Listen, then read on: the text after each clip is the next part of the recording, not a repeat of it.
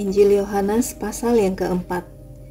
Ketika Tuhan Yesus mengetahui bahwa orang-orang Farisi telah mendengar bahwa ia memperoleh dan membaptis murid lebih banyak daripada Yohanes, meskipun Yesus sendiri tidak membaptis, melainkan murid-muridnya, ia pun meninggalkan Yudea dan kembali lagi ke Galilea. Ia harus melintasi daerah Samaria. Maka sampailah ia ke sebuah kota di Samaria yang bernama Sikhar, dekat tanah yang diberikan Yakub dahulu kepada anaknya Yusuf. Di situ terdapat sumur Yakub.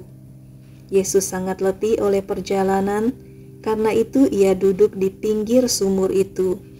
Hari kira-kira pukul 12, maka datanglah seorang perempuan Samaria hendak menimba air. Kata Yesus kepadanya, "Berilah aku minum," sebab murid-muridnya telah pergi ke kota membeli makanan. Maka kata perempuan Samaria itu kepadanya, "Masakan engkau seorang Yahudi minta minum kepadaku seorang Samaria?" Sebab orang Yahudi tidak bergaul dengan orang Samaria.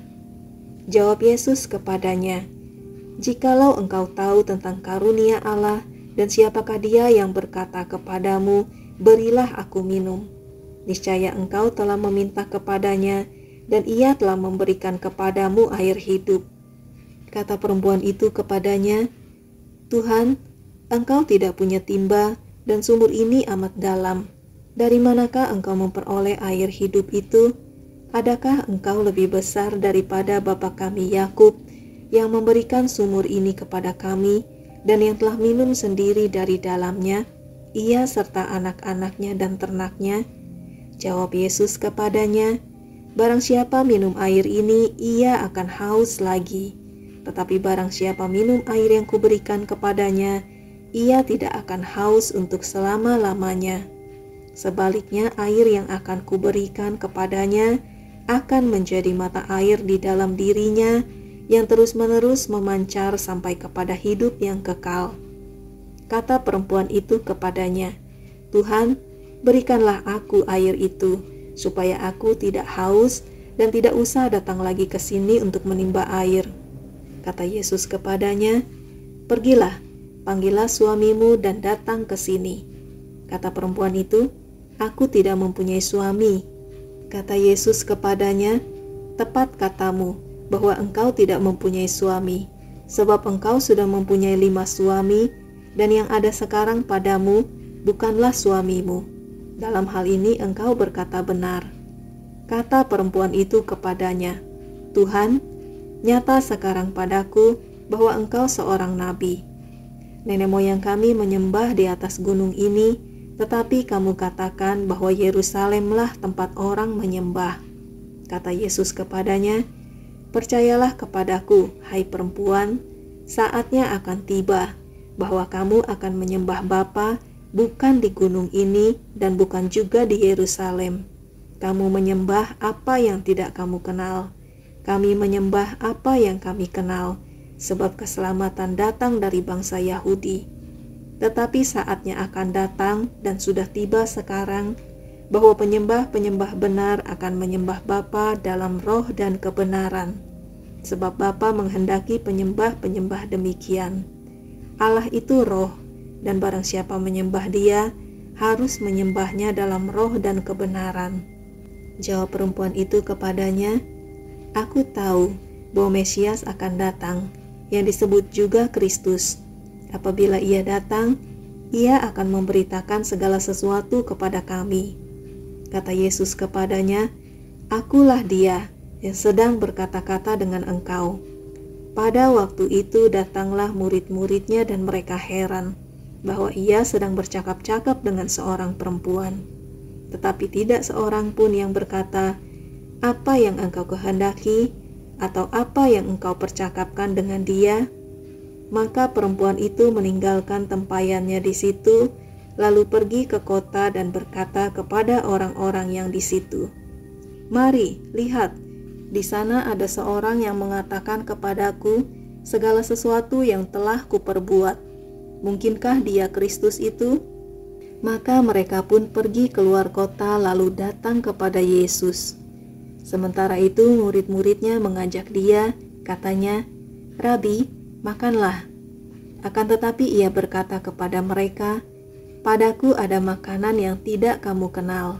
Maka murid-murid itu berkata seorang kepada yang lain, "Adakah orang yang telah membawa sesuatu kepadanya untuk dimakan?" Kata Yesus kepada mereka, "Makananku ialah melakukan kehendak Dia yang mengutus aku dan menyelesaikan pekerjaannya. Bukankah kamu mengatakan, 4 bulan lagi tibalah musim menuai? Tetapi aku berkata kepadamu, lihatlah sekelilingmu dan pandanglah ladang-ladang yang sudah menguning dan matang untuk dituai. Sekarang juga penuai telah menerima upahnya dan ia mengumpulkan buah untuk hidup yang kekal, sehingga penabur dan penuai sama-sama bersukacita. Sebab dalam hal ini benarlah peribahasa, yang seorang menabur dan yang lain menuai. Aku mengutus kamu untuk menuai apa yang tidak kamu usahakan. Orang-orang lain berusaha dan kamu datang memetik hasil usaha mereka." Dan banyak orang Samaria dari kota itu telah menjadi percaya kepadanya karena perkataan perempuan itu, yang bersaksi, "Ia mengatakan kepadaku segala sesuatu yang telah kuperbuat." Ketika orang-orang Samaria itu sampai kepada Yesus, mereka meminta kepadanya supaya ia tinggal pada mereka, dan ia pun tinggal di situ 2 hari lamanya. Dan lebih banyak lagi orang yang menjadi percaya karena perkataannya. Dan mereka berkata kepada perempuan itu, "Kami percaya, tetapi bukan lagi karena apa yang kau katakan, sebab kami sendiri telah mendengar Dia dan kami tahu bahwa Dialah benar-benar juru selamat dunia."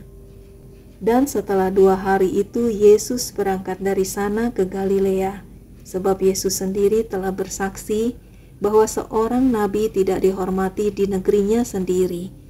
Maka setelah ia tiba di Galilea, orang-orang Galilea pun menyambut dia karena mereka telah melihat segala sesuatu yang dikerjakannya di Yerusalem pada pesta itu, sebab mereka sendiri pun turut ke pesta itu.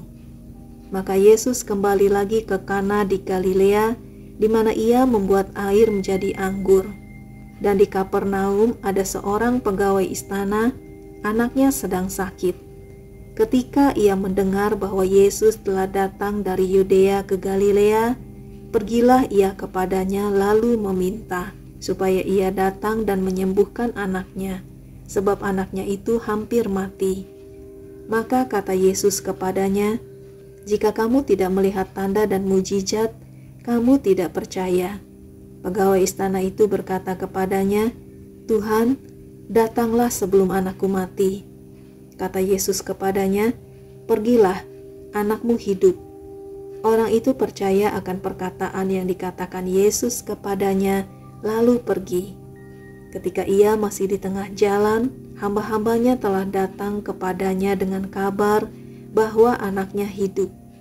Ia bertanya kepada mereka pukul berapa anak itu mulai sembuh. Jawab mereka, "Kemarin siang pukul 1 demamnya hilang." Maka teringatlah ayah itu bahwa pada saat itulah Yesus berkata kepadanya, "Anakmu hidup."